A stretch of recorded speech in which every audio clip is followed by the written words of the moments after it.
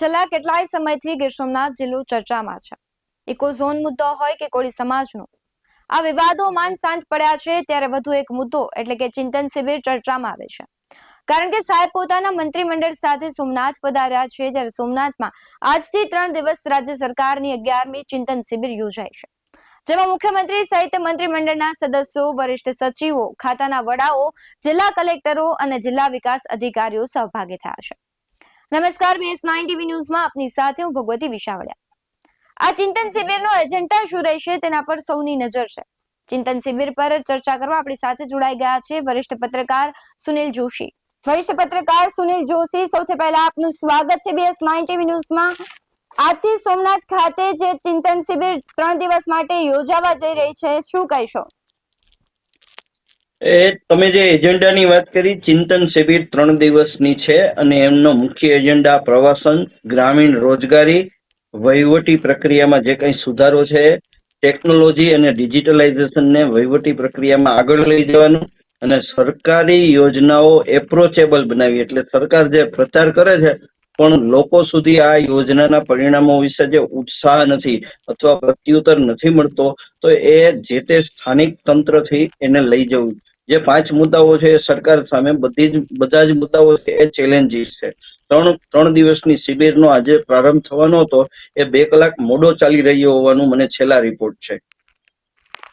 ખાસ તો ચિંતન શિબિરમાં રોજગારીની તકો, ગ્રામ્ય વિસ્તારની આવક, સરકારી યોજનાનું અમલીકરણ અને પ્રવાસ વિકાસ જેવા મુદ્દાઓ પર ચર્ચા થવાની છે। ત્યારે ખાસ આપને હું પૂછવા માંગીશ કે સરકારી યોજનાની અમલીકરણની વાત સરકાર તો કરે છે, અમલ પણ થાય છે, પણ તેની સાથે ખ્યાતિ જેવી હોસ્પિટલ કાંડ કરે છે, તો તેનું શું? એટલે હકીકતે આજે ગુજરાત સરકારને મને એવું લાગે છે, બહુ આ વાતને વિસ્તૃત તમારા એક મુદ્દાથી આગળ લઈ જઈને, તો સરકારને અત્યારે ગાંધીનગર બેસીને કામ કરવાની જરૂર છે, નહીં કે કોઈ ચિંતન શિબિર યોજવાની। 3 દિવસની આ શિબિરનો કરોડો રૂપિયાનો ખર્ચ થશે। એટલામાં તો સોમનાથ અને વેરાવળના તમામ રસ્તાઓનું નવીનીકરણ થઈ જાય, શહેરનો આ બંને જોડિયા શહેર છે એનો અને પ્રવાસનના બાકીના ધામોનો વિકાસ થઈ જાય, એટલો ખર્ચ 3 દિવસમાં થશે। 196 અધિકારીઓ, એમાં તમામ જિલ્લાઓના કલેક્ટરો, સચિવો અને અહીં આવી જાય અને આખું મંત્રીમંડળ આવે છે। તો છેલ્લા લગભગ તમે 1 વર્ષથી જુઓ તો સરકાર સામે દરેક મહિને એકાદી ચેલેન્જીસ આવી છે। ચાહે ટીઆરપી ગેમ ઝોન હોય, ચાહે મોરબી પુલની દુર્ઘટના હોય, ચાહે વડોદરાનું તમે આખા પૂરની વાત હોય, ચાહે ખ્યાતિ ઝોન છે, એવા અનેક મુદ્દાઓ સરકાર સામે આવ્યા છે। અને લો એન્ડ ઓર્ડર, અમદાવાદના ભર રસ્તા ઉપર કોઈ વિદ્યાર્થીને, બહારથી ભણવા આવેલા વિદ્યાર્થીને પોલીસનો માણસ મારી નાખે, આવા એટલા મુદ્દાઓ છે કે સરકારનું એડમિનિસ્ટ્રેશન છે ને ચેલેન્જ ઉપર છે। ખાસ કરીને લો એન્ડ ઓર્ડર સૌથી વધારે ચેલેન્જ ઉપર છે, એ પછી ગ્રામીણ રોજગારીની વાત છે। તો 3 દિવસની શિબિર આ જ વસ્તુ મહાત્મા મંદિર ખાતે કેમ ન થઈ શકે? અહીંયા સોમનાથ કરવાથી એનો કોઈ સીધો ફાયદો કોઈ મળવાનો છે? અને જો એ મળવાનું, એના માટે આખી મંત્રીમંડળ 200 જણાની ફૌજને આવવાનું હોય તો ગાંધીનગર સચિવાલય શા માટે છે? જો આજ કરવાનું હોય તો અહીંયા કલેક્ટર શા માટે છે સોમનાથમાં? આજ કરવાનું હોય તો કલેક્ટર ડીડીઓ શા માટે સોમનાથ વેરાવળમાં છે? એવું જ કરવાનું તો ગીર સોમનાથ માટે શા માટે ડીએસપી છે? એવું જ કરવાનું હોય તો ડિસ્ટ્રિક્ટ કોર્ટ શા માટે છે? એવું જ કરવાનું હોય તો જિલ્લા પંચાયત શા માટે છે? જો સરકારને તમારે દ્વારે આવવું પડતું હોય તો બધી આ કવાયત છે, અબજો રૂપિયાનો ખર્ચ, જર્મન ડોમ થી માંડી 200 જણા માટે 5 સ્ટાર હોટલો, 3 5 સ્ટાર હોટલો બુક થઈ છે। તમામ જેને કહેવાય કે સર્કિટ હાઉસ થી સારી જગ્યાઓ છે, એ બધી 3 દિવસ માટે બુક થઈ છે। અને અચાનક આવી ગયેલા પ્રવાસીઓને ચોપાટી ઉપર પણ 3 દિવસ જવા નહીં મળે, તો હું માનું છું કે ક્યાંક ને ક્યાંક આ વસ્તુ ઇવેન્ટ વધારે છે અને પાયા સુધી જવાની બાબત છે, એમાં લોકોનો જે પ્રતિસાદ નબળો મળવાનું કારણ આ છે કે જે આંતરિક કારણો છે એ સરકાર દૂર કરવાને બદલે આવા જે કહેવાય કે ઇવેન્ટ ઉભા કરે છે અને એના દ્વારા જે કરવા માંગે છે એ વસ્તુ છે। એટલે સ્થાનિક લેવલે તો એવી પણ વાત થાય છે કે ભાઈ આ અધિકારીઓનું એક ટુરિઝમ છે। હવે એ વસ્તુ આપણે એટલી હળવાશથી ન લઈએ તો પણ આ વસ્તુ છે આપણે એવું કહી શકીએ કે ગાંધીનગર થી થઈ શકે।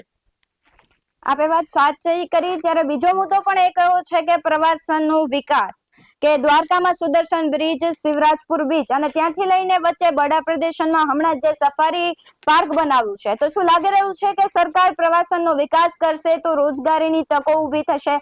કારણ કે એજન્ડાનો આ એક પણ મુદ્દો છે, રોજગારી અને પ્રવાસન. બિલકુલ બિલકુલ, કોઈ પણ પ્રવાસનથી રોજગારી આવે છે. આપણે કોઈ સારા કાર્યોને સરકારના નકારી ન શકીએ. સુદર્શન બ્રિજને કારણે છેલ્લી દિવાળીએ જે દ્વારકા અને એ વિસ્તારમાં આખો જે કઈ પ્રવાસનનો જે મોટો જેને કહેવાય કે પ્રવાહ આવ્યો અને જેટલી સંખ્યામાં દર્શનાર્થીઓ બેટ દ્વારકા સુધી ગયા, તો એ બાબત છે ખૂબ જ આવકારદાયક છે. આપણે કોઈ સરકારની દરેક બાબતની ટીકા કરવાનો એજન્ડા લઈને નથી બેઠા, પણ એની સાથે મારી વાત એ છે કે અહીંયા તમારે જે 5 એમના એજન્ડા છે ને, એમાં એક આદરી બીચ છે, નવો બીચ બનાવી રહ્યા છે આદરી ખાતે, એ પણ છે. અને આ લોકો ફરવા માટે બીજી 4 જગ્યાઓ જવાના છે. એમાં જુદી જુદી જગ્યાઓમાં સાસણ ગીર સહિતનો વિસ્તાર આવે છે. તો ક્યાંક ને ક્યાંક મારું કેવું એમ છે કે વસ્તુઓ આ રીતે થાય અને 200 જણાની સચિવાલય ફેરવવાની બદલે સચિવાલય ખાતે અથવા માનવ મંદિર ખાતે આવી વસ્તુઓ થાય, અને જે જિલ્લાનું તમારે કદાચ કરવું હોય તો એ જિલ્લાને બોલાવી અને એને ફોકસ કરીને દિવસ વાઇઝ તમે કરી શકો આ વસ્તુ. એટલે રોજગારીને ચોક્કસ ટુરિઝમ અને સોમનાથ દ્વારકા છે, એ તમે વિશ્વના બીજા કોઈ પણ પ્રવાસન સ્થળો જોવો તો એનાથી કોઈ પણ રીતે કમ નથી. ધાર્મિક મૂલ્ય એનું એટલું છે, નૈસર્ગિક એટલું છે. તમને ખ્યાલ હશે કે સોમનાથ મંદિરથી સીધો દરિયો ઇન્ફિનિટ જાય છે, એટલે કે ક્યાંય વચ્ચે કોઈ વિઘ્ન ન આવે ને સીધો એ દક્ષિણ ધ્રુવ સુધી પહોંચે છે. તો આ બધી બાબતો ખૂબ જ થ્રિલિંગ, રોમાંચક છે. અને માત્ર 300 કિલોમીટરના એરિયામાં તમને સિંહ મળે છે, એટલે કે ગીરના સિંહ મળે છે, સાસણ ગીર સિંહ મળે છે, દરિયો મળે છે.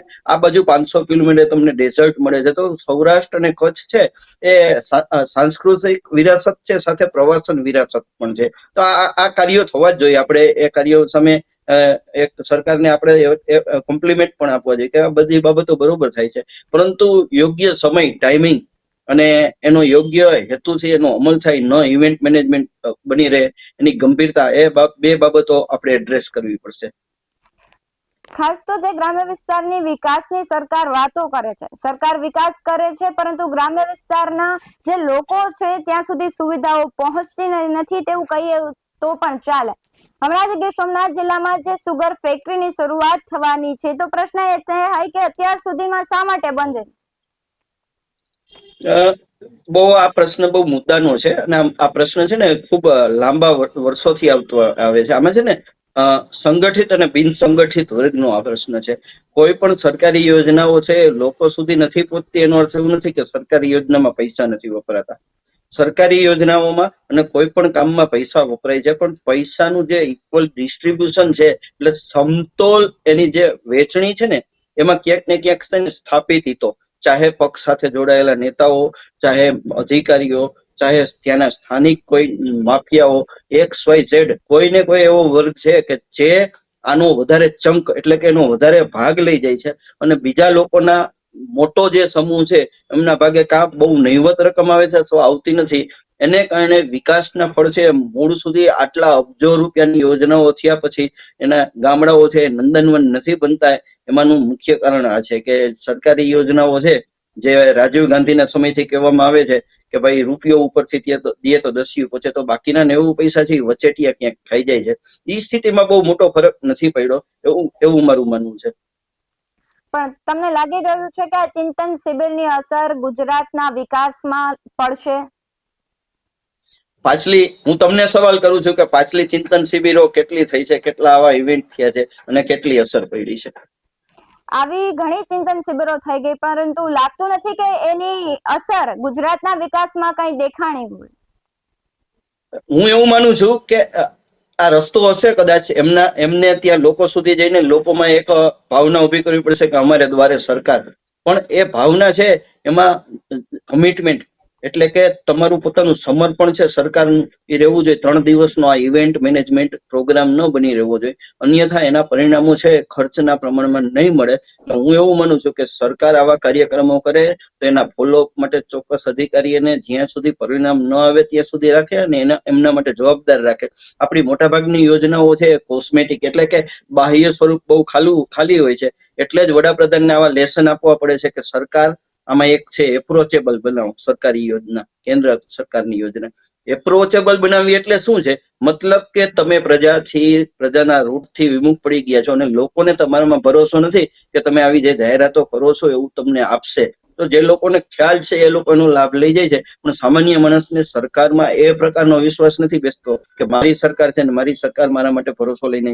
એનું કારણ છે અધિકારશાહી, અમલદારશાહી, અને તંત્રમાં જે કોઈ પૈસો જાય છે એ પછી એ તંત્ર જે રીતે એની સાથે હેન્ડલ કરે છે આખું પ્રજા સાથે આખો મામલો. અને હવે તો આપણે એવું પણ કહી શકીએ કે ધારાસભ્ય અને સંસદ સભ્ય પણ નારાજ છે વહીવટી તંત્રથી, કારણ કે સત્તાનું કેન્દ્રીકરણ એક સમયે એવું થયું હતું કે કલેક્ટર છે એ દિલ્હી સામે જોઈને કોઈ પણ નિર્ણય આપે. તો હમણાં થોડો સમય પહેલા તમને ખ્યાલ હશે કે રાજકોટના સાંસદ રામભાઈ મોકરિયા રેશનનું એવું અનાજ લઈને ગયા હતા કે જે માણસ ખાઈ ન શકે, અને કલેક્ટરના ટેબલ ઉપર મૂક્યું હતું કે આમાં તપાસ કરો. આજની તારીખે કલેક્ટરે શું તપાસ કરી બહાર નથી આવ્યું.